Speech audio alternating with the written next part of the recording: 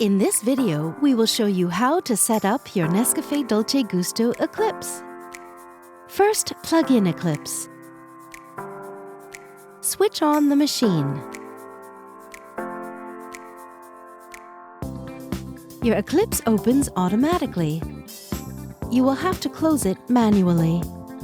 While Eclipse warms up, the power button blinks red for about 30 seconds. When the machine is ready, the power button turns green. To save energy, Eclipse turns off after 5 minutes of not being used. First, remove the water tank. Rinse it with drinking water.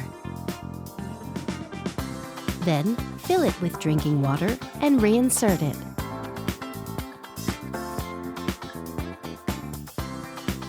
Take the rinsing tool. It helps drive the water flow during the rinsing process. If you don't have it, don't worry, you can still rinse Eclipse. Reinsert the capsule holder. Remove the drip tray. Use a container to collect the water. Select 7 bars on the touch interface and press the touch button for cold.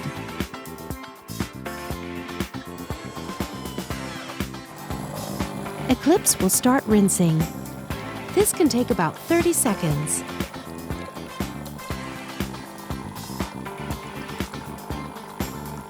Once the water flow has stopped, the power button blinks red. Don't remove the capsule holder at this moment. When the power button becomes steady green, press the touch button for hot. Eclipse will start rinsing for another 30 seconds.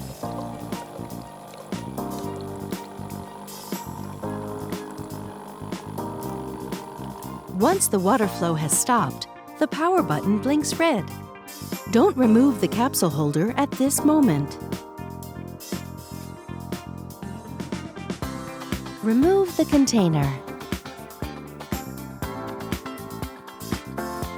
Remove the rinsing tool and keep it for future use.